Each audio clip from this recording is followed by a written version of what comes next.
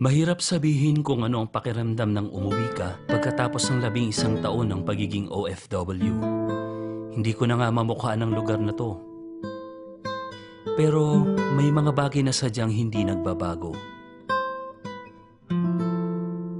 Para kang namatay, nabuhay, at napaglipasan ng panahon. Medyo nakakatuwa, pero syempre, nakakalungkot din. Ngunit may mga bagay na hindi na paglilipasan ng panahon. Nang bumalik ako sa Pilipinas, naalala ko yung masaya't simpleng pamumuhay kasama ng aking pamilya.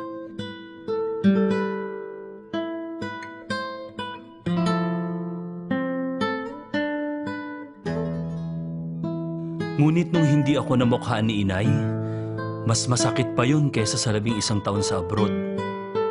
Alam mo kasi, nagka-Alzheimer si nanay nung nakarang taon. Nagalit ako sa sarili ko dahil hindi ako agad umuwi. Kaya, iniwan ko ang lahat para alagaan siya. Dahil para sa akin, ang pinakmatamis na alaala ay yung pag-aalaga niya sa akin noon. Marami kaming masasayang alaala. Meron ding masama. Pero kahit anong mangyari, wag na wag mong ibabaliwala ang bawat sandali. Dahil hindi mo masasabi kung gaano katagal pa ang panahon na kayo'y magsasama.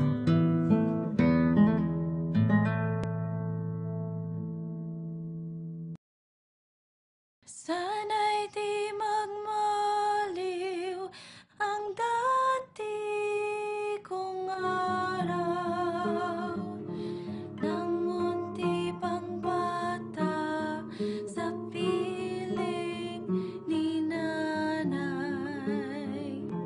Nais kong maulit ang awit ni inang mahal.